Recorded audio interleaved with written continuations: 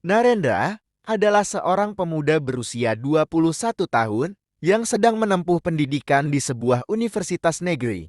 Ia mengambil jurusan teknik sipil, sebuah bidang yang selalu ia impikan sejak kecil. Ia berasal dari keluarga sederhana yang tinggal di sebuah kota kecil di Jawa Tengah. Ayahnya bekerja serabutan, sementara ibunya adalah penjual sayur di pasar. Sejak SMA, Narendra sudah memahami bahwa ia harus berjuang lebih keras dibandingkan teman-temannya. Saat diterima di Universitas Impian di Jakarta, Narendra merasa bahwa itu adalah langkah besar untuk mengubah hidupnya dan keluarga. Namun, biaya hidup di kota besar tidaklah murah. Meski mendapatkan beasiswa, duit yang ia terima hanya cukup untuk membayar sebagian kecil kebutuhan.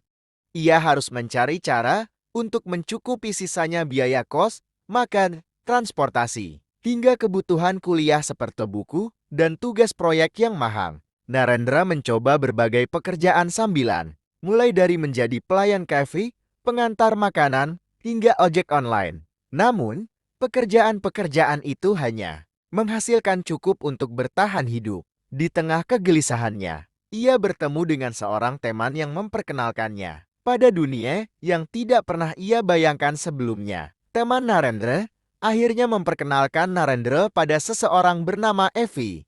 Evi dikenal sebagai penghubung antara pemuda-pemuda seperti Narendra dan para wanita kaya yang kesepian dan membutuhkan pendamping. Setelah berbincang cukup lama, Evi akhirnya menawarkan Narendra sebuah kesempatan. Aku punya klien namanya Tante Ayumi. Dia itu orang kaya banget. Suaminya udah meninggal. Dia butuh teman, dan aku yakin kamu cocok banget buat dia. Mau coba? Narendra, yang awalnya merasa ragu, akhirnya mengangguk. Dalam hatinya, ia tahu bahwa ini adalah jalan yang tidak biasa. Tapi ia merasa tidak punya pilihan lain. Ia butuh uang untuk bertahan, dan ini adalah kesempatan besar. Pertemuan pertama Narendra dan Ayumi berlangsung di sebuah restoran mewah, diatur oleh Evi. Di sisi lain, Tante Ayumi merasa tertarik pada Narendra sejak pandangan pertama. Ada sesuatu dalam dirinya cara ia tersenyum. Cara ia berbicara yang membuat Tante Ayumi merasa nyaman. Narendra tidak hanya tampan, tetapi juga memiliki kesopanan dan kerendahan hati yang jarang ia temui dalam lingkaran sosialnya. Setelah pertemuan itu, Tante Ayumi mulai sering mengundang Narendra untuk menemaninya. Terkadang mereka makan malam bersama, terkadang hanya mengobrol di rumah Ayumi. Narendra yang awalnya merasa canggung, mulai terbiasa dengan kehidupan barunya ini. Dalam beberapa minggu, hubungan mereka mulai berkembang menjadi lebih dari sekadar teman. Narendra memasuki lobi hotel yang sudah tidak asing lagi baginya. Tempat ini adalah lokasi favorit Tante Ayumi setiap kali ingin bertemu dengannya. Sesampainya di depan pintu suite mewah yang telah disebutkan Tante Ayumi melalui pesan sebelumnya, Narendra mengetuk pintu 2 kali. Pintu langsung terbuka dan Ayumi berdiri di sana, mengenakan gaun satin yang elegan, memperlihatkan keanggunan khas wanita sosialita sepertinya. Wangi parfum mahal yang ia kenakan langsung menyelimuti Narendra, membuat suasana semakin intim. Akhirnya kamu datang, sayang, kata Ayumi dengan senyum manis. Ia langsung menarik tangan Narendra masuk ke dalam, lalu menutup pintu. Tanpa banyak bicara, Ayumi mendekatkan dirinya kepada Narendra. Ia berdiri tepat di depan Narendra dan menyentuh pundak pemuda itu dengan tangan yang lembut. Perlahan, Ayumi mengangkat tangannya, menyentuh wajah Narendra. Ia membelai pipi pemuda itu dengan lembut, merasakan tekstur kulitnya yang masih segar dan muda. Kemudian, tanpa banyak kata, Ayumi mendekatkan wajahnya, hingga akhirnya bibir mereka bertemu dalam ciuman yang lembut namun penuh rasa. Mereka saling menatap sebentar, sebelum Ayumi menggenggam tangan Narendra dan membawanya ke ranjang. Mereka duduk di sisi ranjang, masih saling menggenggam tangan. Ayumi merapikan rambut Narendra yang sedikit berantakan dengan jemarinya,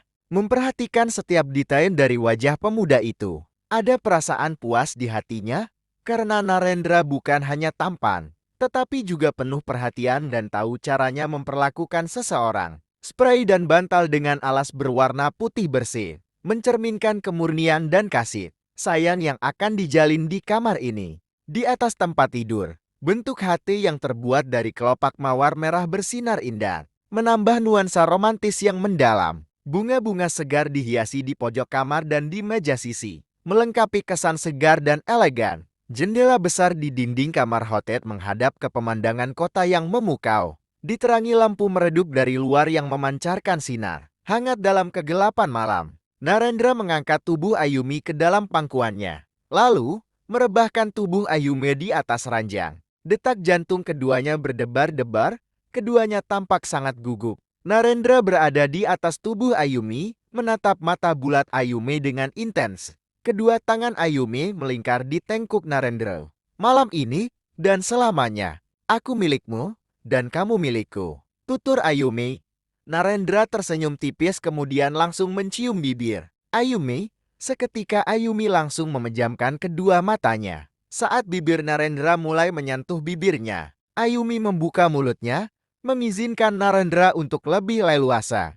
Narendra melumat bibir Ayumi dengan lembut penuh cinta. Ium, suara decapan itu mulai terdengar. Keduanya sama-sama menikmati ciuman itu, bukan hanya sekedar lumatan saja. Keduanya pun sama-sama bermain, menyesap, menjelajahi rongga mulut.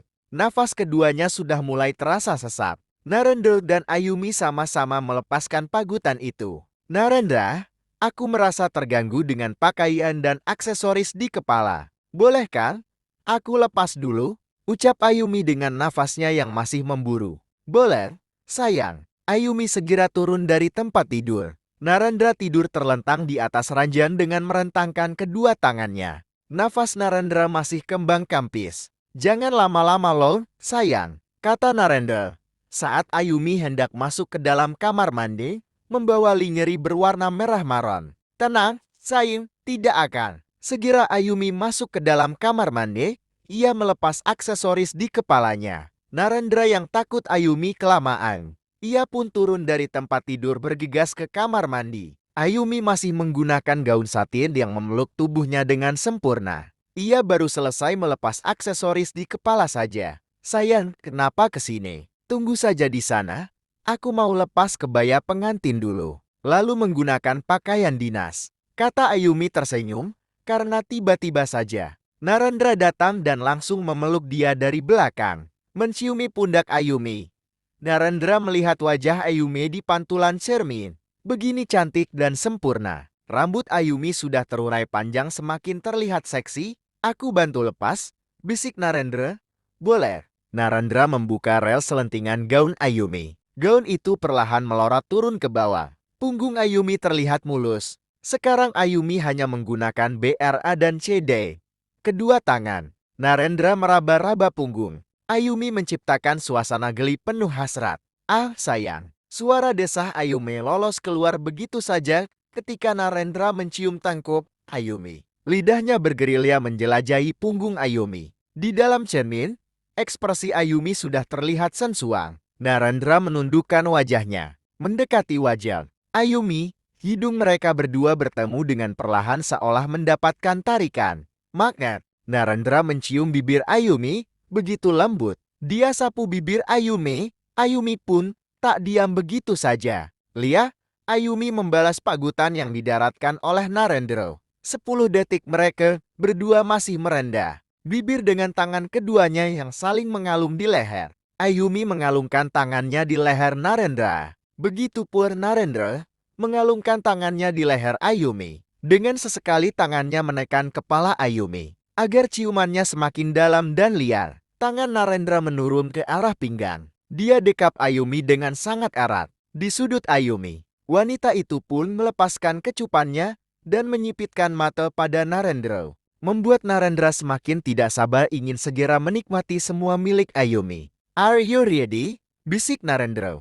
Ayumi menganggukkan kepalanya. Narendra langsung mengangkat tubuh Ayumi. Ia akan membawa Ayumi ke atas ranjang sambil terus menatap tanpa berpaling, dan tak mau melepaskan pandangannya dari wajah Ayumi. Ia membimbing Ayumi untuk berbaring di atas ranjang, memastikan bahwa semuanya terjadi dengan penuh kelembutan. Mereka berbagi tawa ringan di sela-sela momen mesra mereka. Mereka menghabiskan waktu berdua di sana, bercumbu dengan mesra. Ayumi tersenyum puas, lalu kembali mencium bibir Narendra, menghabiskan malam itu dengan penuh kehangatan dan kebersamaan. Baginya, Narendra bukan hanya penghibur dalam kesepiannya, tapi juga seseorang yang membuatnya merasa hidup kembali.